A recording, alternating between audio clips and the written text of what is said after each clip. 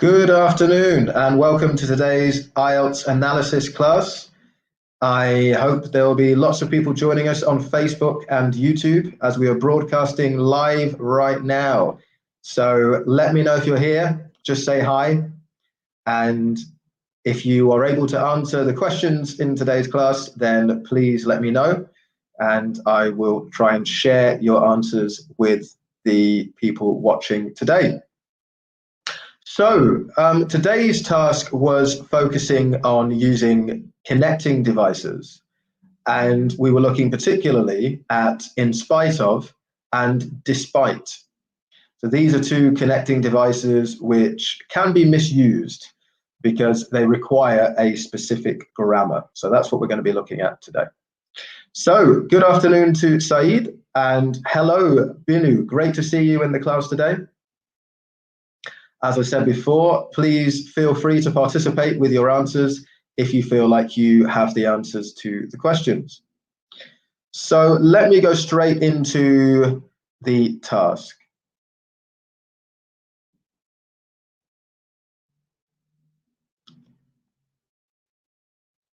Okay. So if we have a look at the task together, we can begin to see the sentences that we were supposed to analyze for today's task. And so we should be able to see these on the screen. Hello, Fayam, great to see you. I'm happy that you're here as well. So, okay then, the first one we saw, that was the example. Millions of people work in the comfort of their own home, however, they are not very productive. So instead of using however, we use despite. However connects two sentences together. Despite, however, is used across one sentence. So we can see despite is used right at the beginning of the sentence here. And we have a comma, which shows the connection of the two clauses. And we don't need to use however anymore because we've already got the linking device, which shows contrast in the use of the word despite. So let's have a look at the second question now and see how we do with this one. As I said, if anyone has any suggestions in terms of what they think the answer should be, please let me know. Florette, good afternoon to you. Great to see you in the class today. So on to the second one then. So this time the linking device we've got is although. Although rush hour traffic around London is awful, hundreds of thousands of workers commute on a daily basis. So we're using in spite of now, not despite. Bear in mind that the grammar, though, is exactly the same. So with despite, we saw in the first example, we had not plus a gerund.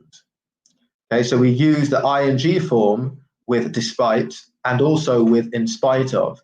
And of course, with the gerund, if the gerund is negative, we use not plus the gerund, the ing form. So going on to looking at in spite of then, we don't need although. Okay, so instead of although, we can use in spite of. So let's just put that up here. So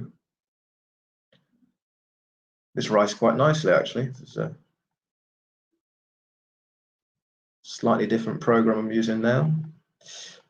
So in spite of, okay, would go instead of although.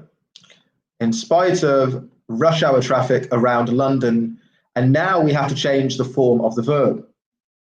So it wouldn't be in spite of rush hour traffic around London is awful, it would be in spite of rush hour traffic around London being awful. Okay, so again, we're using the gerund. In this case, it's the verb to be. So the gerund form of the verb to be is being. So in spite of rush hour traffic around London being awful, hundreds of thousands of workers commute on a daily basis. Okay, so you can see exactly the same as in the first case. When we use in spite of, we need to be using the gerund, and we can connect together the two clauses in the same manner. So let's move on to the next example. Thank you, Afraz. I'm glad that was clear. So let's have a look at the third case, there are many clear advantages to using email for business communication. However, it often leads to breakdowns in communication. Okay, so we're going to have to make a few more changes this time. And that's because, again, we've got however. So with however, we've got 2 sentences, but with using despite, we don't need 2 sentences. We can just use 1 sentence. So let's get rid of the however to start with, because despite is going to replace this.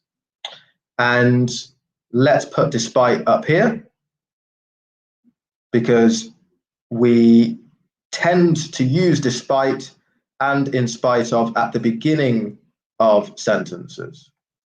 So if we put despite just here. And remember that with despite and in spite of, we always use, if we're using a verb, we always use the gerund form. So it wouldn't be in spite, sorry, it wouldn't be despite there are, it would be despite there, again, it's verb to be, so despite there being would be the answer. Okay, so despite there being many clear advantages to using email for business communication, comma, because we're joining 2 sentences together, we have a main clause and a dependent clause. So despite there being many clear advantages to using email for business communication, it often leads to breakdowns in communication. Okay, so we can see again the changes are very similar. Despite instead of however, being instead of are, and use a comma to link the 2 clauses and get rid of however.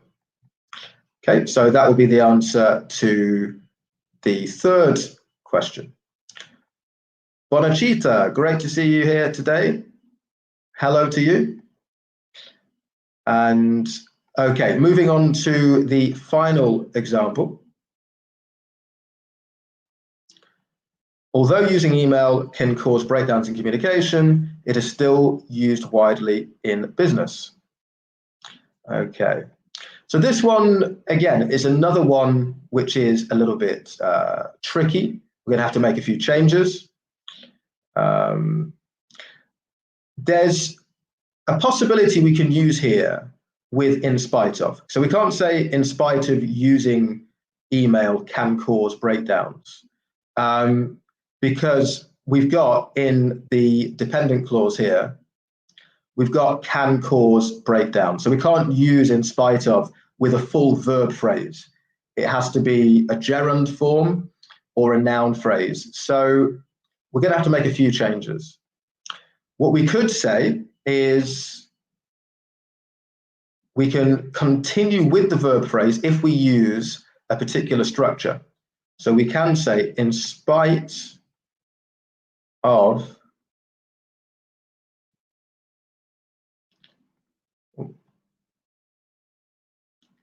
put it here. Yeah.